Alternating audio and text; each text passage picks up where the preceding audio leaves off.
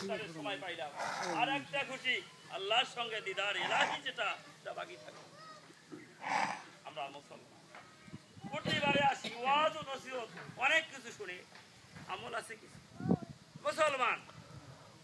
মুসলমানের দুরবস্থা দেশে বিদেশে সবখানে মুসলমান ছিল। আমরা সিয়াম সাধনা 1 মাস অত্যন্ত অক্লান্ত পরিশ্রম করে যে রোজা রাখলাম, যারা আঁকতে পারে নাই তারা হয়তো দুর্ভাগ্য, তারা উপলব্ধি করতে পারতেছে না।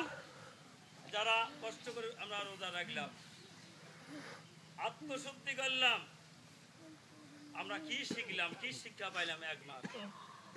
এই যে ওনাহারি থেকে 1 মাস আমরা কি হলাম, ইট পাকা হয়, ইট যন্ত্রণ হয়, ইট মজবুত হয়, মজবুতি ধারণ করে, কাঁচা মাটিগুলা মজবুত হয়, শক্ত হয়ে যায়।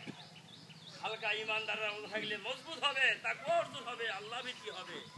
সারা বছরে যে আমাদের আমলটা ভালো থাকে, আমরা সারা বছরের জন্য ভালো আমল করার চেষ্টা করি, মানুষের অন্যায় যত না করি, নামাজ করি। এটা ঈদুল ফিতর এবং আযহা সুন্নতে মুআক্কাদা। আর হানাফি মাযহাব বলে, ওরা বলে ওয়াজিব। হানাফিরা বলে ওয়াজিব, আর আহলে হাদিস যারা আমরা বলি সুন্নতে মুআক্কাদা।